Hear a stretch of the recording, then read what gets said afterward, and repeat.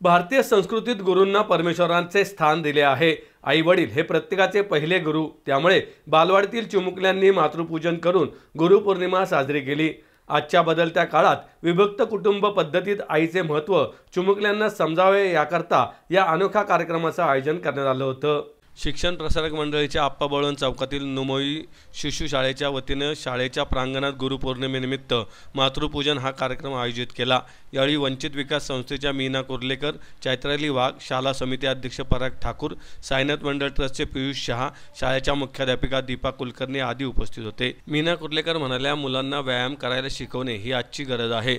शरीर संपदा ही खरी संपत्ती आहे। आपण कसे वागतो त्याप्रमाणे मुले अनुकरण करतात, त्यामुळे प्रत्येक पालकाची वागणूक चांगली असायला हवी।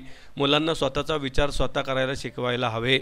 पराग ठाकूर म्हणाले, मातृदेवो भव, पितृदेवो भव, आचार्य देवो भव ही आपली संस्कृती आहे।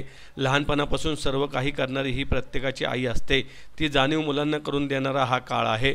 आपल्या मुलांनी उत्तम नागरिक व्हावे असे वाटत असेल तर प्रत्येक पालकांनी मुलांना वेळ द्यायला हवा। भारताचा सुजाण नागरिक घडवण्यास कटिबद्ध होण्याचा गुरुपौर्णिमा हा दिवस असल्याचे त्यांनी सांगितले।